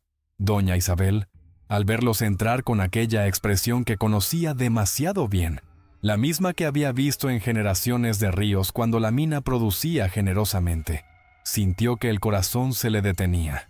«¿Qué habéis encontrado?», preguntó, aunque ya sabía la respuesta. Los trillizos, incapaces de mentirle, especialmente en su estado de excitación, vertieron el contenido de sus bolsillos sobre la mesa de la cocina. El oro brilló bajo la luz de las velas, cálido y tentador como una promesa. Doña Isabel palideció. Ordenó a los niños arrojar el oro de vuelta al río, rogándoles que nunca hablaran de ello con nadie. Les explicó, con una vehemencia que los asustó, que el oro traía desgracia, que estaba maldito, que era el anzuelo con el que seres terribles pescaban almas humanas. Pero era demasiado tarde. La noticia se había extendido por el convento, llevada por un novicio que había visto a los trillizos regresar empapados y murmurando excitadamente entre ellos. Y de allí, inevitablemente, llegó a oídos del mundo exterior. Pronto, buscadores de oro de toda la región convergieron en el río. Lo dragaron, lo desviaron, excavaron sus orillas, pero no encontraron nada, ni una sola pepita, ni un solo grano. El oro parecía haberse mostrado exclusivamente a los trillizos, como un regalo, o como un anzuelo. Temiendo lo peor, doña Isabel huyó con los trillizos en mitad de la noche, esta vez hacia el sur, buscando perderse en las montañas de Sierra Nevada. Durante meses vagaron de pueblo en pueblo, nunca quedándose demasiado tiempo en un mismo lugar, siempre con la sensación de ser perseguidos por algo que no podían ver, pero que sentían en la nuca, como un aliento frío, pero era como si algo los siguiera. una presencia invisible que los acechaba en las sombras. A veces, doña Isabel despertaba en mitad de la noche con la certeza de que alguien o algo estaba de pie junto a su cama, observándola. Los trillizos también lo sentían, pero a diferencia de su madre, no parecían temerle. A veces, doña Isabel los sorprendía hablando en voz baja, como si mantuvieran una conversación con alguien que solo ellos podían ver. Y luego, comenzaron los sueños. Los tres hermanos soñaban lo mismo cada noche. Un niño de su edad, con una sonrisa triste, que los llamaba desde túneles oscuros. «Venid conmigo», les decía. «Soy vuestro hermano Tomás. Hay tanto que quiero mostraros». Al principio, no entendían quién era este niño que clamaba ser su hermano. Doña Isabel nunca les había hablado de Tomás, intentando protegerlos del terrible legado familiar. Pero los sueños eran tan vívidos, tan consistentes, que comenzaron a hacerse preguntas. Y cuando confrontaron a su madre, ella no pudo seguir ocultándoles la verdad. Les contó todo: el pacto original, los sacrificios a lo largo de generaciones, el intento de engañar a los seres de la montaña mediante su nacimiento, el sacrificio voluntario de Tomás para salvarlos a todos. Los trillizos escucharon en silencio, sus rostros idénticos mostrando la misma expresión de comprensión gradual, como si piezas de un rompecabezas que no sabían que estaban resolviendo de repente encajaran en su lugar. «Por eso podemos hablar sin palabras», dijo Mateo. «Por eso encontramos oro donde otros no ven nada», añadió Marcos. «Por eso soñamos con túneles y montañas que nunca hemos visto», concluyó Lucas. Doña Isabel, envejecida prematuramente por el miedo y la culpa, hacía lo posible por proteger a sus hijos. Les colgaba amuletos en el cuello, pintaba símbolos protectores en las puertas de las cabañas donde se refugiaban, murmuraba oraciones interminables mientras ellos dormían. Consultaba con curanderos locales, buscando hierbas o pociones que pudieran bloquear los sueños o cortar el vínculo invisible que parecía unir a sus hijos con aquellos seres de la montaña. Pero los sueños continuaban, cada vez más vívidos, cada vez más persuasivos. Tomás les mostraba maravillas en estos sueños compartidos. Cavernas inmensas donde estalactitas y estalagmitas formaban columnas como en las catedrales más grandiosas. Lagos subterráneos donde nadaban criaturas luminiscentes, nunca vistas en la superficie. Vetas de minerales que brillaban con colores imposibles bajo una luz que parecía emanar de la roca misma. Y les hablaba de los seres que habitaban allí. No como monstruos o demonios, sino como guardianes, como criaturas antiguas que habían existido en armonía con la tierra, hasta que la codicia humana había perturbado su descanso.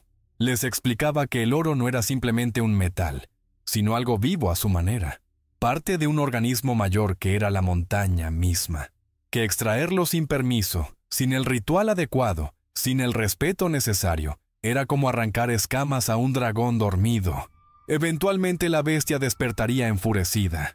Una noche, cuando los trillizos tenían 14 años, doña Isabel despertó sobresaltada. Algo no estaba bien. El aire se sentía denso, cargado de una energía extraña, como justo antes de una tormenta eléctrica. Un olor metálico que le recordó dolorosamente al de la mina familiar. Impregnaba la pequeña cabaña donde se refugiaban actualmente. Se levantó tambaleándose, su corazón latiendo con fuerza, y corrió a la habitación donde dormían sus hijos. Las camas estaban vacías, las sábanas revueltas como si se hubieran levantado con prisa. Las ventanas, que ella había asegurado personalmente antes de acostarse, estaban abiertas de par en par, las cortinas ondeando en una brisa que no debería haber estado allí, pues la noche era completamente calma. Fuera, una luz verdosa parpadeaba entre los árboles del bosque cercano, alejándose. La misma luz que había visto emanar de la grieta en el suelo de la casona, la noche en que Tomás desapareció. La misma luz que, según las historias familiares, había engullido a generaciones de niños ríos. Doña Isabel corrió tras la luz, gritando los nombres de sus hijos. Su voz resonaba en el bosque silencioso, devuelta por el eco como una burla cruel. La luz la guiaba cada vez más profundo entre los árboles, hasta un claro donde se alzaba una formación rocosa extrañamente familiar. Tenía la misma forma que la entrada original de la mina de los ríos. aunque estaban a kilómetros de distancia de aquel lugar, en otra cordillera completamente distinta. En la base de la roca había una abertura, una cueva de la que emanaba aquella luz verdosa. Y junto a la entrada, esperando como si llevaran horas allí, estaban los trillizos. Vestían solo sus camisones de dormir y estaban descalzos, pero no parecían sentir el frío de la noche, ni la dureza de las piedras bajo sus pies. Sus ojos reflejaban la luz verde. Sus rostros mostraban una serenidad inquietante, casi inhumana. «Han venido a buscarnos, madre», dijo Mateo con voz monótona como si estuviera en trance. «Nuestro hermano Tomás nos espera», continuó Marcos en el mismo tono.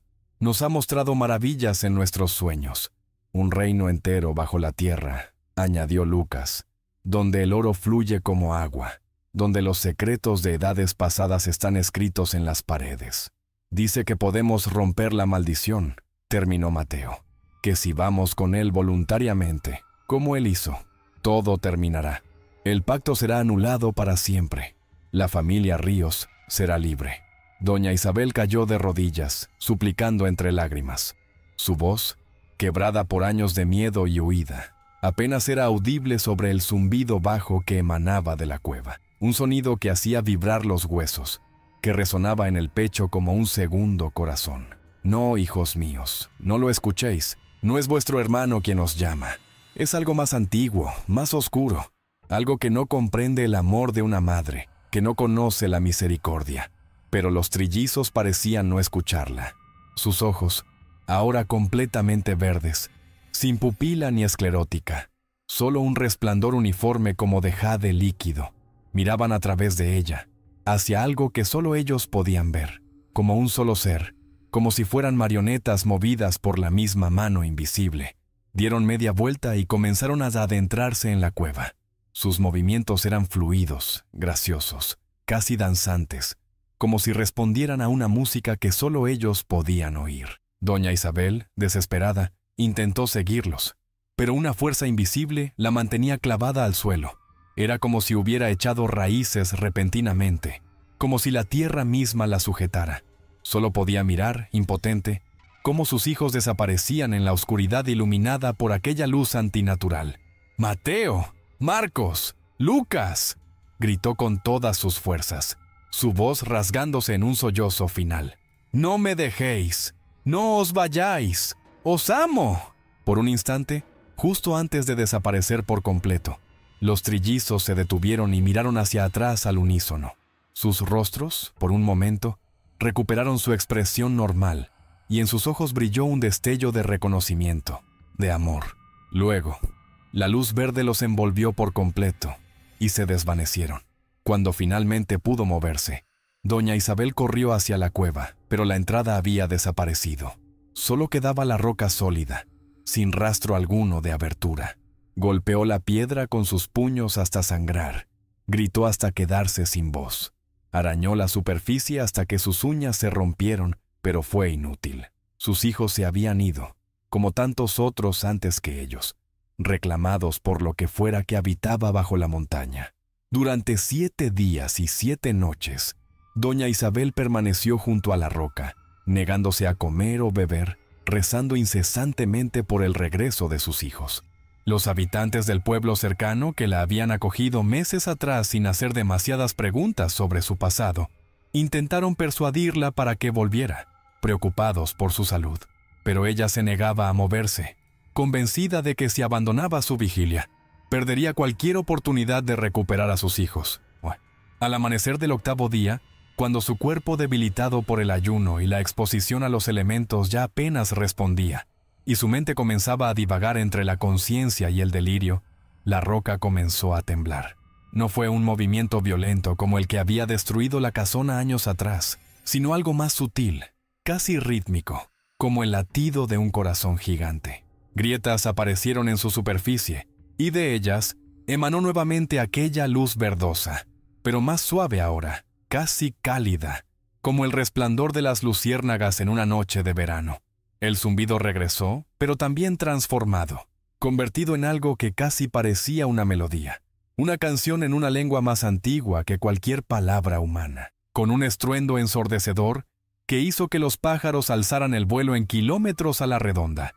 La roca se partió en dos, revelando una caverna que no había estado allí antes, y de la oscuridad emergieron los trillizos, ilesos pero cambiados de maneras que iban más allá de lo físico.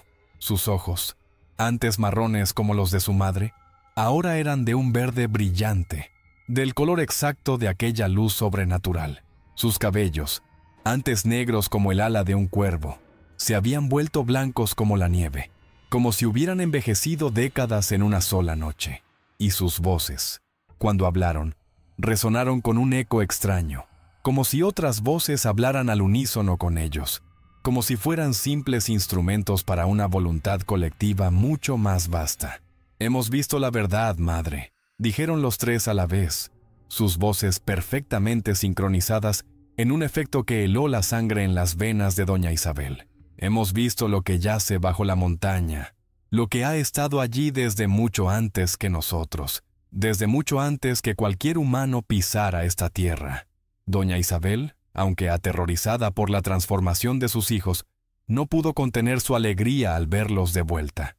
Se arrastró hacia ellos, pues sus piernas debilitadas ya no podían sostenerla, y los abrazó entre lágrimas, tocando sus rostros, sus cabellos, asegurándose de que eran reales, y no alguna ilusión cruel creada por su mente desesperada. «¿Qué os han hecho?», preguntó con voz temblorosa, acariciando los cabellos blancos de Mateo. «¿Qué habéis visto?». Los trillizos sonrieron, una sonrisa idéntica en tres rostros idénticos, una sonrisa que le recordó dolorosamente a la última expresión de Tomás antes de desaparecer en la grieta.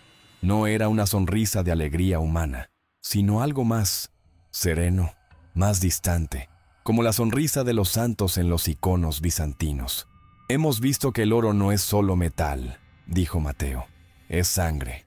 La sangre de seres que duermen bajo la tierra desde antes que los primeros humanos aprendieran a hablar. Hemos visto que cada pepita de oro extraída es una gota de esa sangre», continuó Marcos, «y que quienes la extraen sin permiso, sin el ritual adecuado, sin el respeto debido, deben pagar un precio que nuestros antepasados no comprendieron plenamente. Pero también hemos visto una salida», concluyó Lucas, «un final para el ciclo de sacrificios que comenzó nuestro antepasado en su ignorancia y su codicia, una manera de sanar la herida que se ha mantenido abierta durante generaciones». Doña Isabel los miraba confundida, sin entender completamente lo que decían, pero sintiendo un escalofrío ante sus palabras, ante la manera en que hablaban, como si ya no fueran completamente humanos, como si algo de lo que habitaba bajo la montaña ahora viviera en ellos. «¿Qué salida? ¿Qué habéis hecho?», preguntó, temiendo la respuesta pero necesitando saberla.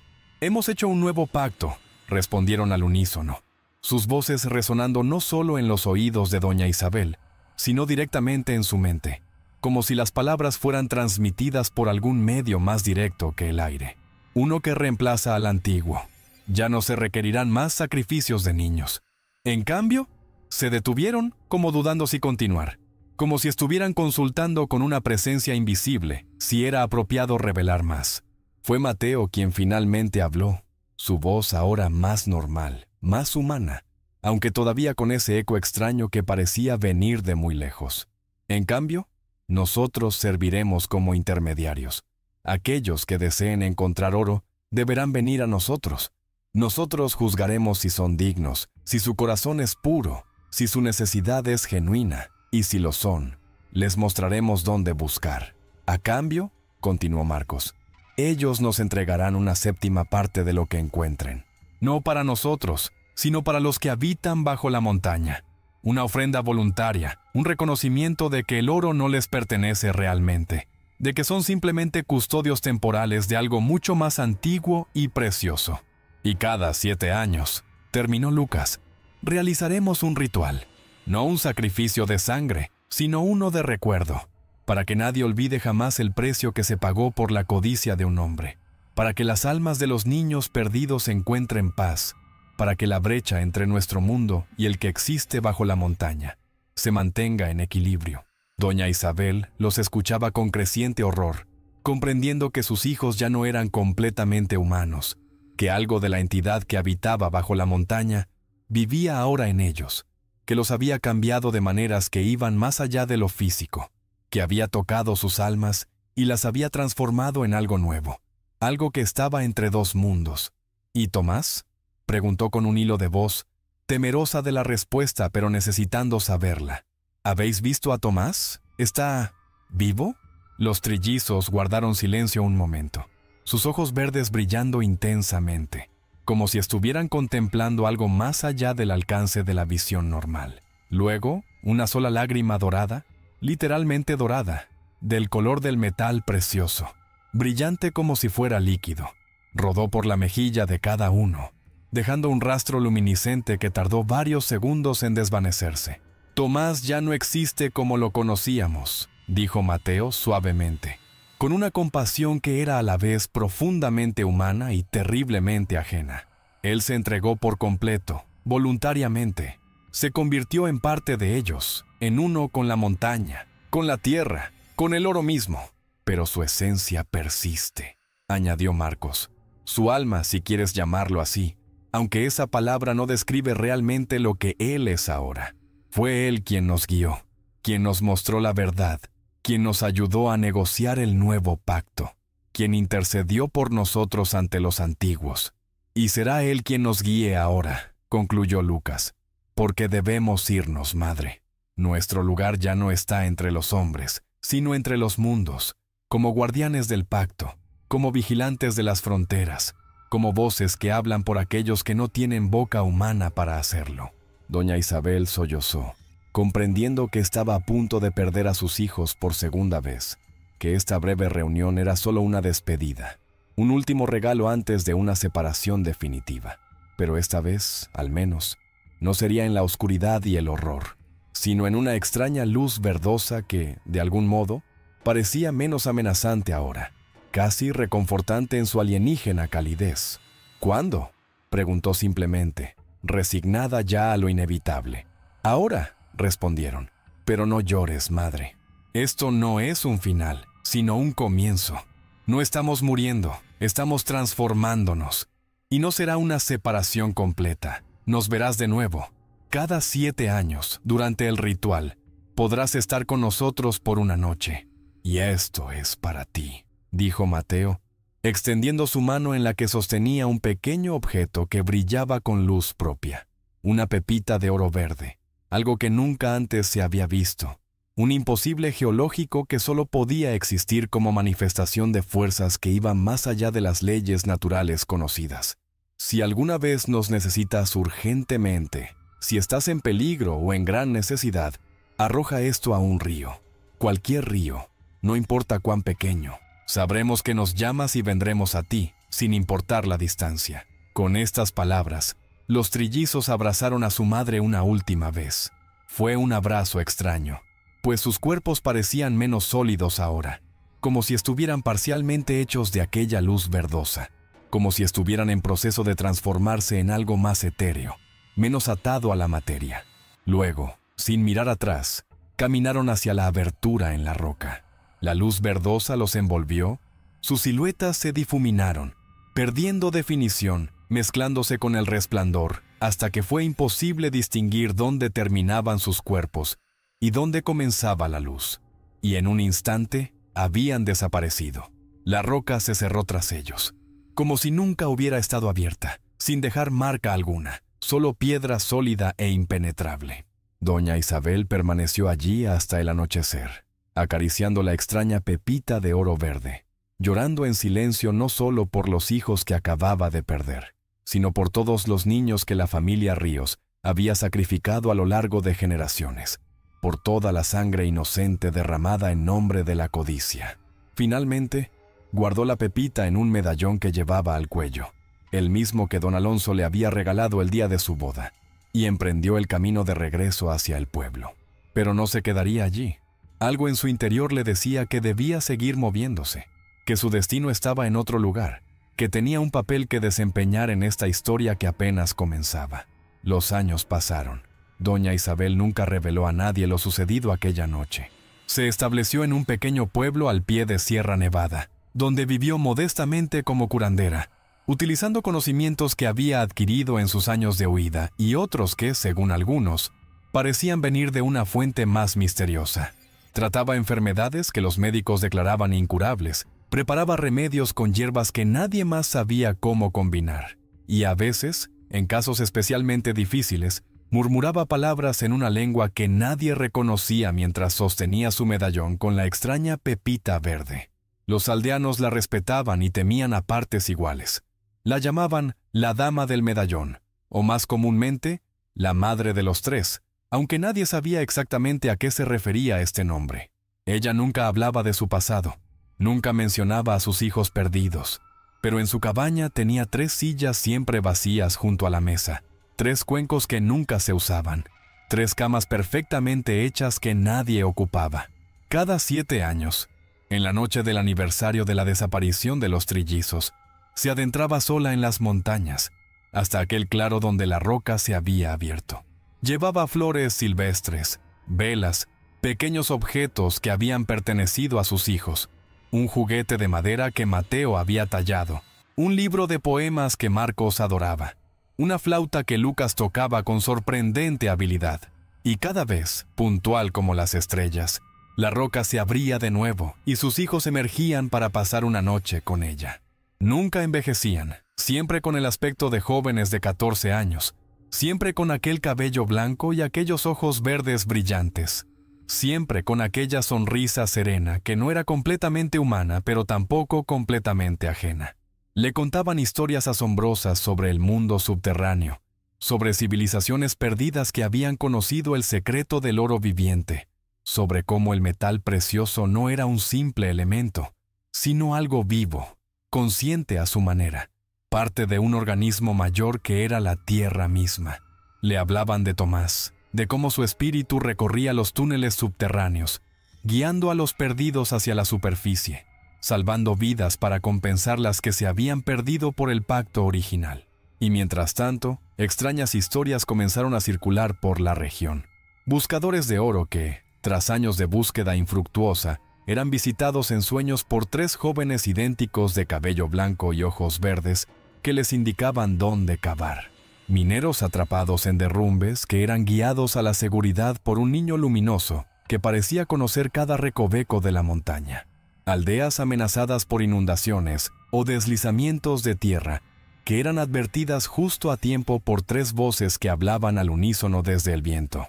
Pero lo más notable eran los susurros sobre un nuevo ritual que había surgido entre los buscadores de oro. Se decía que cada vez que encontraban una veta, separaban cuidadosamente una 7ª parte, la más pura, y la arrojaban a un río, murmurando agradecimientos a los guardianes. Y se decía también que quienes no lo hacían sufrían terribles accidentes o encontraban que su oro se convertía en piedra común durante la noche. Doña Isabel vivió hasta una edad extraordinaria, conservando la lucidez hasta el final, en su lecho de muerte, rodeada por los habitantes del pueblo que la respetaban y querían, aunque nunca habían llegado a comprenderla del todo. Pidió que la dejaran sola un momento. Cuando volvieron a entrar en la habitación, la encontraron sonriendo serenamente, con los ojos cerrados y una mano apretando el medallón que nunca se quitaba. El medallón estaba abierto, y la extraña pepita de oro verde había desaparecido. Esa noche, los habitantes del pueblo vieron un fenómeno inexplicable. 3 columnas de luz verdosa ascendiendo desde las montañas hasta las estrellas, acompañadas por una 4ª, más pequeña, que parecía unirse a ellas en su viaje celestial. Algunos juraron que, por un instante, vieron figuras humanas en esas columnas. 3 jóvenes idénticos de cabello blanco y una mujer mayor, cuyo rostro resplandecía con una paz que ningún viviente había visto jamás. Enterraron a doña Isabel en un lugar elevado, con vistas a las montañas que habían definido su vida. Sobre su tumba colocaron una sencilla lápida de piedra, sin nombre ni fechas, solo un símbolo, 4 círculos entrelazados, uno más grande y 3 más pequeños, un diseño que ella misma había dibujado innumerables veces en amuletos y remedios, y que nadie comprendía realmente, pero que todos respetaban. Con el paso del tiempo, la historia de los ríos y su terrible pacto se fue diluyendo, transformándose en leyenda, en un cuento para asustar a los niños, en una advertencia sobre la codicia y los pactos hechos a la ligera. Pocos recordaban ya los detalles, y menos aún creían en ellos. La casona se convirtió en ruinas, la mina fue olvidada. Los nombres de los niños sacrificados se perdieron en el tiempo, pero cada 7 años, sin falta, fenómenos extraños ocurren en las montañas. Luces verdosas que danzan entre los picos, visibles a kilómetros de distancia. Voces que cantan en una lengua olvidada, melodías que hacen llorar a quienes las escuchan sin saber por qué. Y lo más curioso de todo, pequeñas pepitas de oro que aparecen misteriosamente en los lechos de los ríos, como regalos dejados por manos invisibles. Los ancianos del lugar sonríen cuando los jóvenes les muestran estos hallazgos, agradecidos por su buena fortuna. Los ancianos saben que no es fortuna, sino un recordatorio de que bajo las montañas hay más secretos de los que podemos imaginar, de que el oro tiene un precio más allá del dinero, de que hay pactos que pueden romperse y rehacerse, de que incluso las historias más oscuras pueden encontrar eventualmente un camino hacia la luz. Y si prestas atención, en las noches de luna nueva, cuando el silencio cubre los valles como un manto y las estrellas brillan con una claridad imposible, quizás puedas escucharlos. 3 voces que hablan como una, contando la historia de un niño llamado Tomás, que sacrificó su vida por amor, y de 3 hermanos que encontraron un camino mejor. Una historia de redención, de transformación, de equilibrio recuperado después de generaciones de desequilibrio. Pero recuerda, si encuentras oro en estas montañas, separa una 7ª parte, la más pura, y arrójala a un río, agradeciendo a los guardianes, porque el pacto sigue vigente, aunque transformado. Y algunos dicen que, si eres especialmente afortunado o desafortunado, dependiendo de cómo lo mires, podrías ver a 3 jóvenes idénticos, de cabello blanco y ojos verdes brillantes, observándote desde las sombras, juzgando si eres digno del regalo dorado que la tierra ha decidido compartir contigo. Y con esto, queridos espectadores, llega a su fin nuestra macabra historia de hoy. Una historia de codicia, sacrificio y redención, que nos recuerda que todo en esta vida tiene un precio, y que a veces, lo que creemos un tesoro puede convertirse en nuestra perdición. Que el oro, como todo lo valioso, exige respeto y conlleva responsabilidad. Que los pactos hechos con fuerzas que no comprendemos pueden perseguir a generaciones enteras, como una sombra que se alarga con la puesta del sol. Si han disfrutado de este relato, no olviden suscribirse a El Tintero Maldito y activar las notificaciones para no perderse ninguna de nuestras historias. Y recuerden, la próxima vez que vean brillar algo dorado en las aguas de un río, pregúntense si es realmente oro, o algo mucho más antiguo y terrible, que solo se parece al precioso metal. Hasta la próxima. Que sus noches estén llenas de sueños, y no de pesadillas. Pero esperen, hay algo más que deben saber. Un epílogo a esta historia que pocos conocen. Se dice que hace unos 50 años, un joven geólogo llamado Ernesto Mendoza llegó a la región, atraído por rumores sobre formaciones rocosas inusuales en las montañas. No sabía nada sobre la leyenda de los ríos, ni sobre el pacto, ni sobre los guardianes. Era un hombre de ciencia, escéptico y pragmático, que creía firmemente que todo fenómeno tenía una explicación racional. Durante sus exploraciones, encontró las ruinas de una antigua casona. Apenas quedaban algunos muros derruidos, invadidos por la vegetación, pero algo en aquel lugar le fascinó. Quizás fue la manera en que la piedra había sido tallada, o los extraños símbolos que aún podían distinguirse en algunos bloques. O quizás fue algo más, algo que llamó a su subconsciente de una manera que la mente racional no podía comprender. Comenzó a acampar allí, utilizando las ruinas como base para sus expediciones diarias. Una noche, mientras dormía, tuvo un sueño vívido. 3 jóvenes de cabello blanco y ojos verdes le mostraban un túnel oculto bajo los restos de la casona, un pasaje que llevaba directamente al corazón de la montaña. Le hablaban en una lengua que no comprendía, pero que de algún modo tenía sentido en el sueño. Al despertar, impulsado por una curiosidad que no podía explicar, comenzó a excavar exactamente en el lugar que había visto en su sueño. Para su asombro, encontró una trampilla de piedra, tan perfectamente camuflada con el suelo que habría sido imposible detectarla sin saber exactamente dónde buscar. La trampilla conducía a un túnel que descendía en espiral hacia las profundidades. Las paredes estaban cubiertas de aquellos extraños símbolos que había visto en las ruinas, pero más elaborados, más complejos. Y a medida que bajaba, iluminando su camino con una linterna, notaba que el aire, en lugar de volverse más viciado como sería natural en un espacio subterráneo tan antiguo, se volvía más fresco, más vital, cargado de un aroma metálico que le recordaba al de una tormenta eléctrica. Finalmente, el túnel desembocó en una cámara inmensa, tan grande que su linterna no alcanzaba a iluminar el techo. Y allí, en el centro, encontró algo que desafiaba toda explicación científica. Un lago subterráneo de lo que parecía ser oro líquido, que fluía y se movía como si estuviera vivo, que emitía aquella extraña luz verdosa que tantos habían descrito a lo largo de los siglos. Fascinado, se acercó al borde del lago. El oro líquido parecía reaccionar a su presencia, formando ondas que se dirigían hacia él, como si lo estuviera estudiando, evaluando. Y entonces, de la superficie dorada emergieron 3 figuras, los mismos jóvenes de cabello blanco y ojos verdes que había visto en su sueño. «¿Has venido?», dijeron al unísono, sus voces resonando no solo en la cámara, sino dentro de la cabeza de Ernesto. «Estábamos esperándote». Antes de que pudiera responder, sintió una cuarta presencia, un niño de unos 6 años, con ojos vivos y una sonrisa triste, materializándose junto a él.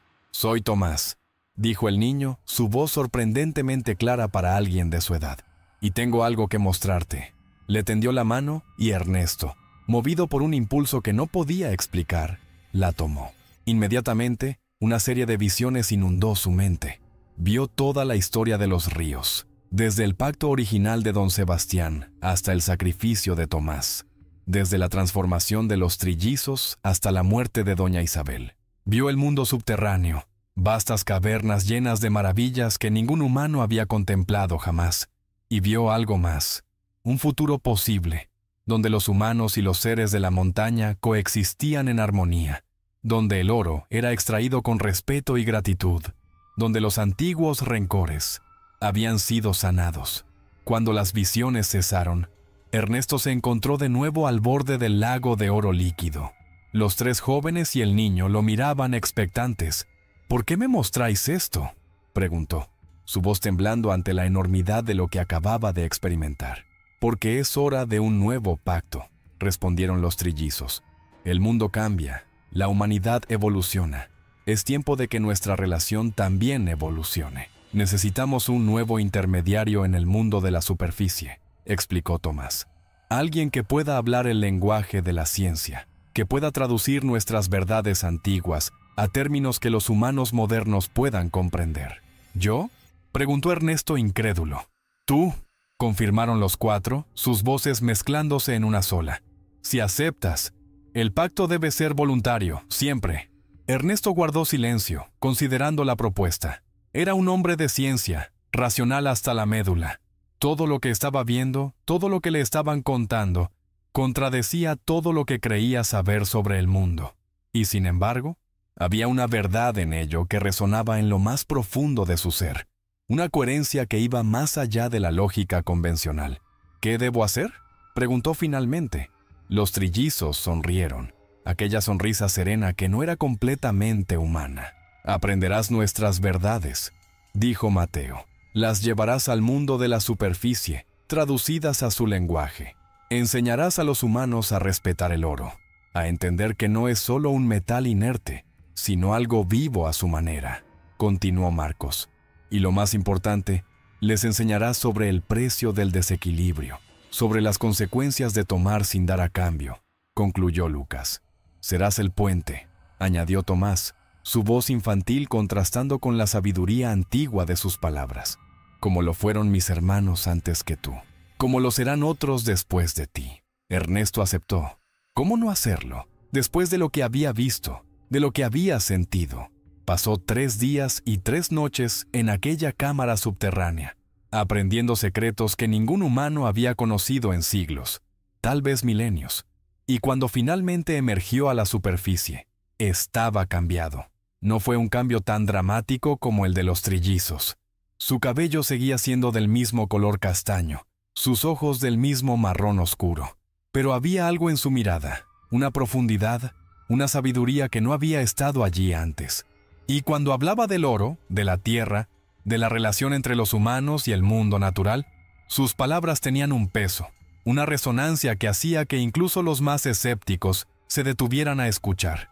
Abandonó su carrera académica y fundó un pequeño centro de investigación en las montañas, cerca de las ruinas de la Casona. Lo llamó Instituto Cuatro Círculos, en honor al símbolo que había visto en la tumba de Doña Isabel. Allí, comenzó a desarrollar nuevos métodos de extracción de oro, técnicas que minimizaban el daño ambiental, que respetaban la integridad de la montaña, técnicas que, curiosamente, resultaban más eficientes que los métodos convencionales, aunque nadie podía explicar exactamente por qué. Y cada 7 años, en la noche del aniversario de su encuentro con los guardianes, Ernesto desaparecía durante 3 días. Nadie sabía dónde iba, aunque algunos afirmaban haber visto luces verdosas en las montañas durante esas noches y haber escuchado voces cantando en una lengua desconocida. Eventualmente, Ernesto envejeció.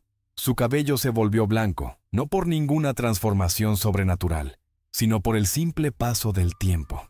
Pero sus ojos nunca perdieron aquella chispa de conocimiento profundo, aquella conexión con algo más allá de lo visible.